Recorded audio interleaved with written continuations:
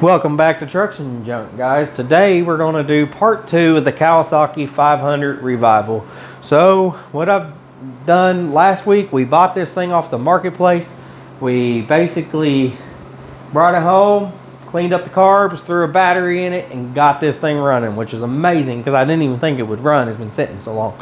But we did get it running. It's barely running, but it's running. So what I've done, I left you guys off with saying I need to go get parts to fix the rest of this bike. So what I've done, I did the normal me. I went to the junkyard. I found me a set of wheels that came off another Kawasaki 500 that have decent tread on them. Like they're awesome. They match the bike, so I rolled with them because I was like, you know what? This bike has bald tires and stuff. You know, I want to buy tires stuff. That bike had perfect tires, so I took them.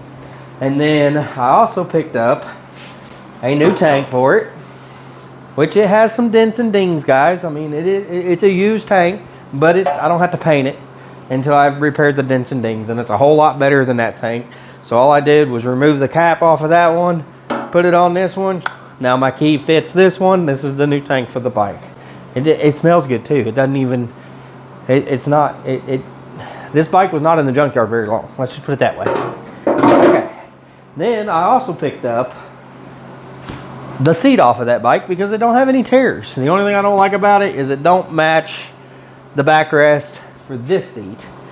So I'll probably still use my original seat and just get the little tear fix, or fix the little tear. That might be a video, how to fix a little tear on your motorcycle seat.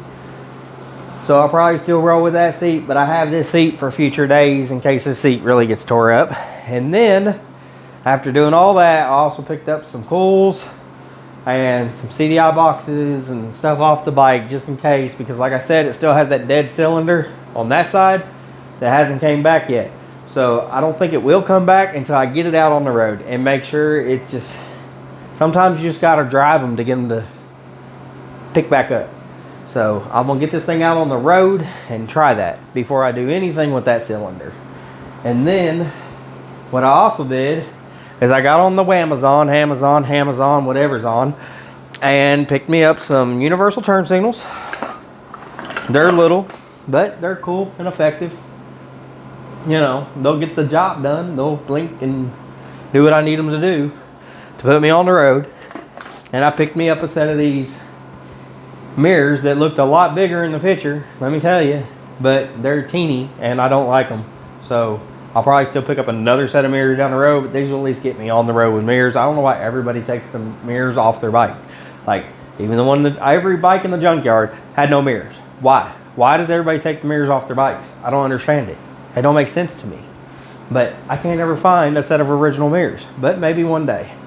Anyway, I don't like them. They're small, but I'll make them work for now. But the deal I have with my turn signals is these Kawasaki's, they use the same rubber that they use on the turn signal to mount the turn signal to the fork. That's like not smart, guys. Like, I don't understand why they would do that. Because when that rubber gets dry and brittle and cracks, your turn signal falls off the fork. Makes no sense to me. So what I've done is I got on Thinkiverse, and a guy had invented these little things on Thinkiverse. You're awesome, dude, whoever you are. I tried to reach out to you, but I didn't get no reply. But you're awesome, man. But what these are is you 3D print them, and they're little clamps that you put a bolt through on this side, and you bolt them together on this side, just like that. And then you mount your universal turn signal to them, and then they go on the fork. That's cool. So, yeah, that's awesome if you have a 3D printer. If you don't have a 3D printer, I think they make something like this on Amazon that you can buy, but you just got to know your fork size. I believe this one's 41 millimeter, so I printed them at 41 millimeter. And that's what I'm going to do. I'm going to throw them on here, and that's going to hold my turn signals. So without further ado, I'm going to go ahead and get this bike together so I can go take it for a ride and see if we can bring that cylinder back to life. So I'm gonna put you guys in a time lapse and I'm just gonna throw her together real quick. Now you guys may be wondering, why is the back tire already off this bike? When I left you off with you guys last week, the back tire was still on the bike. So what I've done is I took the back tire off and I got these brakes unfreed. So that will be a separate video coming out after this video on how to unstick your back brakes on a motorcycle when they freeze up like that and what causes them to freeze up like that. So that'll be a video by itself. But like I said, I'm changing the back wheel out anyway, but I'm putting new brakes in the back wheel that I'm changing out. So without further ado, time lapse time, let's get it done.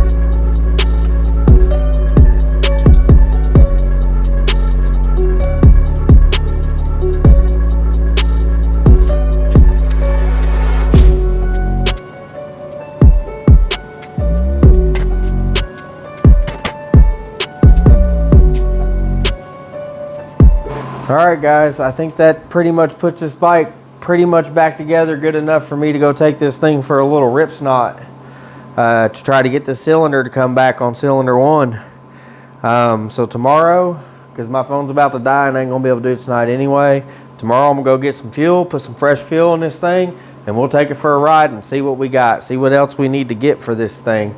So I'll see you guys tomorrow.